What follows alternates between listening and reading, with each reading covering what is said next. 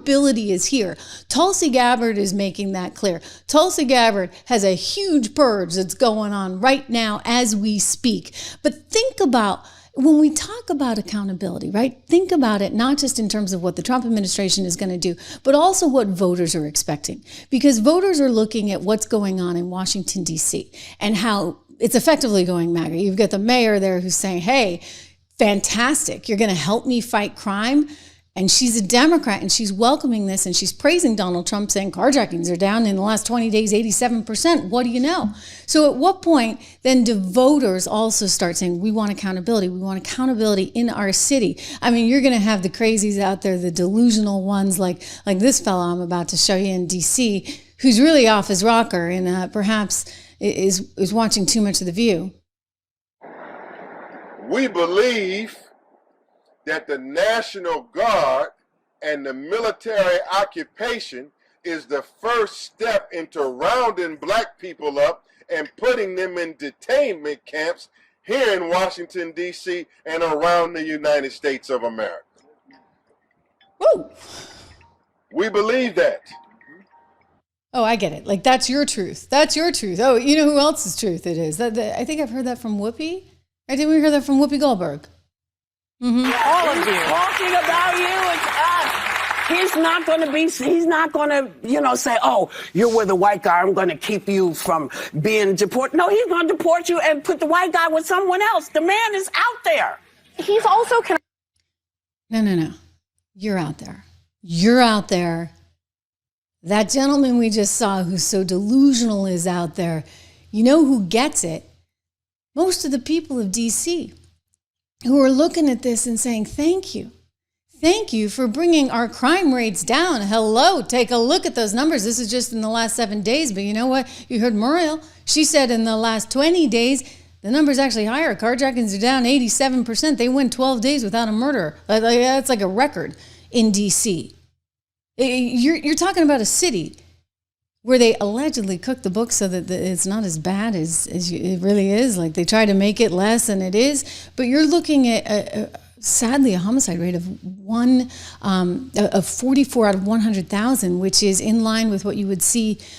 Well, actually, it's worse. It's worse than what you would see in Colombia, in Bogota, or in Lima, Peru, or in, parts of Africa. I mean, for goodness sakes, and this is our nation's capital, so that has to change.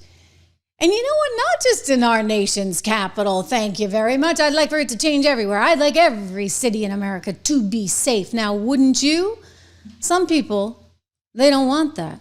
Some people, like the delusional Chicago mayor, is not taking a hit from the mayor of D.C., but rather listening a little too much to Whoopi Goldberg and some of those delusional people on the street. Take a listen to him.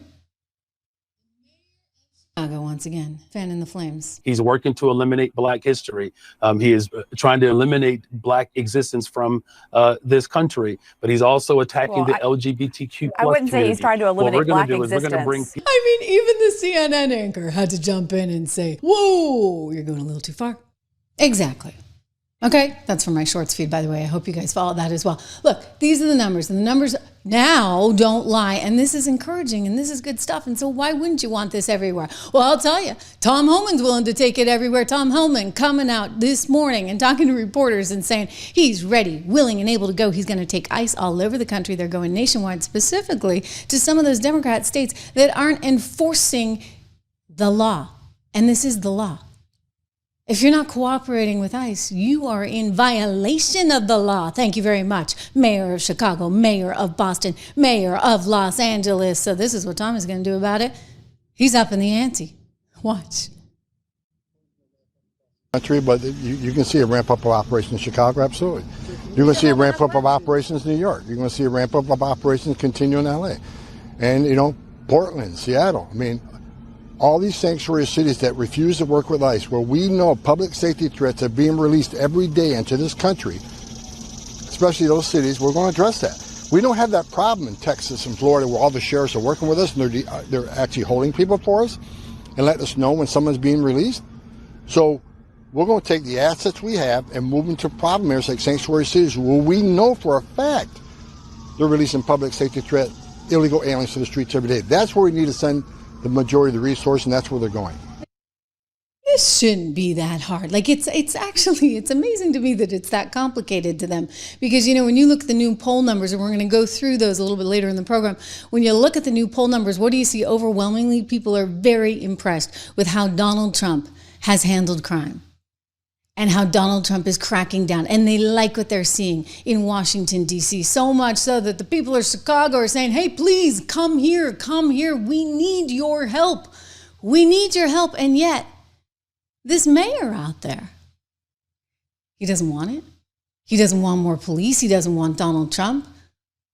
I got to show you something, because I saw this clip on Morning Joe this morning, from that MS, whatever you call it, MSNBC. They tend to be, obviously, extraordinarily liberal, but, I think Joe's trying to come around because he knows where his bread is buttered.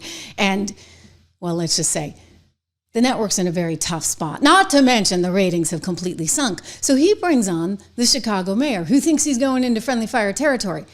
But Joe actually asked him a real question. And it gets really interesting, because this guy just literally sunk himself in real time. I couldn't believe it. I'm like, wow, buddy, you need help. You need your head examined. Like, can you not understand where this is going? Like, you just did yourself in. I guarantee you, he's going to lose his next election. And this is going to be one of the reasons he does. Let's watch it together. So let me ask you, Mr. Mayor, those all sound like great programs. I'm curious, would you also like to get federal funding to help put 5,000 more cops on the street in Chicago? Would that help drive down crime? Well, look, policing by itself is not the full strategy. No, I understand that. You've talked about the other things you want, and I said those are good and important programs, but I'm asking also, would 5,000 more police officers on the street in Chicago be helpful to go along with all of those social programs that a lot of cities are engaging in and having success with? Well, look, here's the best way I can put it, Joe, is that in the 90s when I was in high school, we had 3,000 more police officers and we had 900 people being murdered every single year in Chicago. It's just not policing alone. Of course, we want more detectives. I know it's not policing alone, but I know it's not policing alone. You've told me everything else you want. I'm curious, and this does come down to an ideological difference between people. Do you believe that the streets of Chicago would be safer if there were more uniformed police officers on the streets of Chicago? I believe the city of Chicago and cities across America would be safer if we actually had, affordable housing. Look, okay, I'm not saying that that's not the question I asked. My question is, and I just need a yes or a no, do you believe the streets of Chicago would be safer if you got all of those other extraordinary programs put back into place, which do have a history of being successful, if that's complemented by having 5,000 more cops on the streets of Chicago? I don't believe that we should narrow it down to just police officers, Joe, is what I'm saying. That is an antiquated approach. I'm saying we've invested in detectives. Mr. Mayor, are you hearing what I'm saying? I'm agreeing with you that all of these other social programs are extraordinarily important. I just need a yes or a no, and then this will be the last time I ask. If you get all of those other social programs that 800 million that New York City does, Los Angeles, other people do with great success, would an additional 5,000 cops on the streets in Chicago help complement those programs to make Chicago safer? Look, we are working hard to make sure that our police department is fully supported. I don't believe that just simply putting out an arbitrary number around police officers is the answer. What I'm saying is policing and affordable housing. It's policing and mental and behavioral health care services. It's policing and youth employment. It's a full package. Of course, we want to make sure that our police department is fully supported. That's why I've invested in our Detectives Bureau, because what we have seen in the city of Chicago, when we solve crime, it acts and serves as a deterrent. It's policing and all of the other efforts that we're doing. Here's the last thing that I'll say to that. the federal government could work stronger to coordinate with my police department to get guns off the streets of Chicago. We've seen these coordination efforts work. Just a couple of weeks ago, the ATF working with my police department, we removed over 150 guns off the streets of Chicago that were trafficked in through Mississippi and Indiana. No one is saying that police officers don't play an incredible role in driving safety. They play an absolute pivotal role in that. But we have asked law enforcement to do too much. Police officers are being asked to be social workers, counselors. What I'm simply saying is, if we're going to build safe and affordable cities across America, the one thing that safe communities all have in common, they invest in people. We have a poverty issue in the city of Chicago and cities across America. Wow. Police officers alone will not put food on the table. Police officers alone will not guarantee a high-quality education. Police officers alone won't drive down unemployment. We need all of it. The President of the United States of America and the federal government could restore Medicaid. They could restore SNAP. They could stop defunding our public education system. Here's the most important point here. Justice Brandeis, over 100 years ago, the first Jewish American to sit on the Supreme Court, he said that we could either have a democracy or wealth in the hands of the concentrated few. He said, but we cannot have both. We are fighting for our democracy and our humanity right now. This president's nescience of the Constitution will leave irrevocable harm on posterity. That's why, as mayor of the city of Chicago, we are standing up to tyranny, and American cities across this country are doing the same. Oh my God. He just wants to help you, Brandon. Okay, he wants to help you get some more police on the streets so that you can actually have safe streets, so that, you know what, the kids can go to school and the parents don't have to worry about them, so that people can go to work and come back. You know, that's how you build an economy. That's how you build prosperity. You gotta have safety first. I mean, what moron doesn't get that? Oh, I know, somebody who wants to defund the police. Listen, those days are over, baby. Like, it's a whole new game. And you know what? Whether you look at the revolt we saw with Cracker Barrel, where they had to actually change what they were doing because consumers didn't like it. In fact, we're going to talk about that because they even changed what they got on the website. Or whether you see the revolt from the people in the city of Chicago because they got idiots like this. And that guy's an idiot. That guy's an idiot. He doesn't want to accept any help, any federal help, because he doesn't want anybody policing his streets. You just want more crime, and you want to then take more money and put it into the teachers union so that you can graduate more kids that aren't going to school because they can't even get to school without a threat on their life. I'm sorry. No, you got to start with basics, and then we can worry about art and music and the rest of it, okay? Yeah. This mayor is under fire from his own residents, as we pointed out in a recent short. Take a look. Stand in the way of any DHS efforts. Got a little bit of a scolding by one of his constituents because he wouldn't even look at the guy. I am speaking right now, so I would love your undivided attention, please. I'll wait. And wait. So this just proves to you the lack of leadership that you show in this city. You can't even give me straight eye contact. Now, I'm going to let you know now, the people of Chicago, we're done with you. It is insane how we have been voting Democrat for over 60 plus years, and we've never seen a change from people like you, Lori Lightfoot, Rob Emanuel. It is insane. Chicago was 37% red. In 2020, it was only 15%. So we're waking up. So you can pretend that this isn't happening, but I know for a fact that you will not have that seat the next election. Boom! Did you hear that? Mayor Johnson, they don't like you. You're going to be out. You will be. I'm telling you, you will be. Like, he doesn't get it. He doesn't actually care about the people enough. He cares about, I don't know, the teachers union and getting more money for this pet project or that pet project. And then, by the way, don't forget his hiring practices are very suspicious as well. Like, this is not a colorblind hiring practice. No, this is DEI on steroids, which, by the way, is illegal and certainly should be eradicated. There's this one reporter that called him out, and it's magnificent. I want to share this clip with you because, listen, this This nut job of a mayor was just exposed on Morning Joe and got exposed in a press conference by a Chicago reporter. Listen. Racist. Mayor Johnson. Yeah. Please turn the mic on. Thank you. Real Chicagoans woke up this morning relieved that the Department of Justice is finally investigating your race hustle. As someone who grew up on the south side of Chicago, I've heard a lot of race hustlers in my life, trust me. But they were usually marching around outside of City Hall, which is what makes this so embarrassing and dangerous.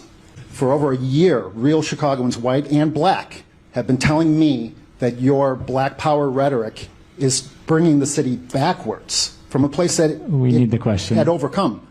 You want the question? Please. Real Chicagoans want to know, why are you a racist? You know, first of all, I reject the idea and the premise that somehow that's an actual legitimate question. You want that? All right, we're going to go to the next one. Alice? The next question, my follow-up question is a businessman, Robert Gomez, had his riverfront restaurant license yanked. You said that the reason you hire black people is because they're the most generous race on the planet. His riverfront restaurant license was yanked and given to a black restaurateur. That has, once again, reinforced the belief among real Chicagoans, white and black and Mexican, that you are a racist. What do you say to those people? Again, I reject the premise that somehow that your question has any legitimacy. Thank you for your time, sir. Thank you. We'll go to Alice. Thank you. The number one employer of our people is our people. What I'm saying is, when you hire our people, we always look out for everybody else. We are the most generous people on the planet. The deputy mayor is a black woman. Department of Planning and Development is a black woman. Infrastructure deputy mayor is a black woman. Chief operations officer is a black man. Budget director is a black woman. Senior advisor is a black man. One thing that I know for sure that I have to do over these next 2 years, every single dime that our people have been robbed of, I want to make sure that that is returned 2, 3-fold. We have 6 developers that have received the first $30 million for investment. 6 developers. Of those 6 developers, 5 of them are black and 3 are women. BOA Construction received the prime construction contract at O'Hare under my administration. I'm sorry, you get the idea, right? You get the idea. Like the entire problem here is that he's stuck in a different time period. We're moving on. We're getting away from all the labels. The labels, they don't matter. What matters is safety. What matters is opportunity. And the people of Chicago know it. So Johnson, you're gonna be out. Chicago's going red. I want to say thank you to our president, the people's president, like I keep saying, the real MVP, President Donald J. Trump. Thank you, President Trump, for hearing us, for listening to us. We need you here in Chicago, not just to see the National Guard. He says he's willing. Boom. You know what? This guy, he made a fool of himself on MSNBC. He's making a fool of himself in these town hall meetings. He is stuck in a different era, in a different century. He's race baiting, and it is time to move on, okay? It's just time to move on. We've had enough with it. By the way, like all the race baiting, in a world where like your truth is your truth, right? How is that even effective anymore? I just kind of wonder because, they want to say, well, I'm this, that, and the other, but yet simultaneously you're allowed to be this, that, and the other, right? Like I can identify, I guess, as a man if I want, or you, if you're a man, can identify as a woman if you want. And I think that this is kind of reaching a tipping point. And by the way, my heart goes out I've said this before, and we can talk about it a little bit later, to all the victims in Minneapolis. And it's a horrible, horrible, horrible story. And there's a lot of reasons for it, and it's very nuanced. And we've learned, of course, that it was a transgender person that did that. But I just want to say something, because, they're so obsessed in Chicago with race, okay? Race is everything. And yet, the woke say you can be whatever you want to be. Well, which is it? This guy gets it. This guy is a total legend for this one. Watch.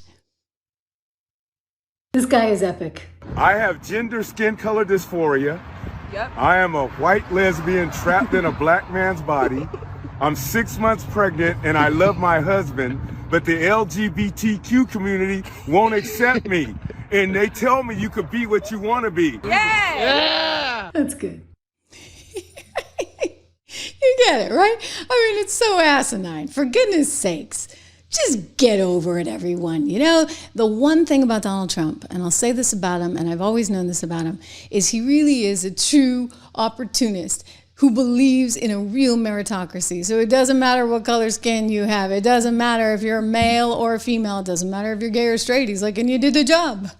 And if you can do the job, you get the job, right? Look at Scott Bessent, first gay Treasury Secretary. It doesn't matter. I don't care. Wonderful. Okay, so what? You look at the first female chief of staff, Susie Walls. Listen, she's female. Guess what? Doesn't matter. Not like he gets any credit for it. I mean, if it were Biden, he'd be like, and I got this one, and I got this one, and I got this one, and I got this one. It doesn't matter. Let's get away from it and just say, hey, ownership for oneself. Okay? You got one shot at this, one life. Make it the best you possibly can and take some damn responsibility. And this is what this moment in time, ladies and gentlemen, is really about. Whether it's La Monica, whether it is Chicago, whether it is Los Angeles, whether it is Letitia James, whether it is Fannie Willis, any of them, or the Obamagate folks, they're in for it in a big way. I want to go to Tulsi's big purge breaking right now. But first, a quick shout out to my own company, 76 Research, as I look at some of them. We just put a note out, literally within the last hour, right before I came to air, on NVIDIA. So I encourage you to go and get it. Go to 76research.com. Use code word $. It's $1 a month for the first 2 months, and it goes to $9.95. We got a lot of great ideas there for you. We do have portfolios as well. You can sign up for these model portfolios. We don't invest your money. You invest your money. But we tell you what we like, and you know what? I'll tell you, we got a heck of a track record. Let me see if I can pull it up. Do I have it handy? Yes, I do. I have it handy. See that track record. So we've been very, very successful, thankfully, but I'm working with a brilliant guy, and I'm not too shabby myself. Rob Horton, who spent decades on Wall Street, is really smart and a great stock picker. So go check it out, 76research.com, code word $.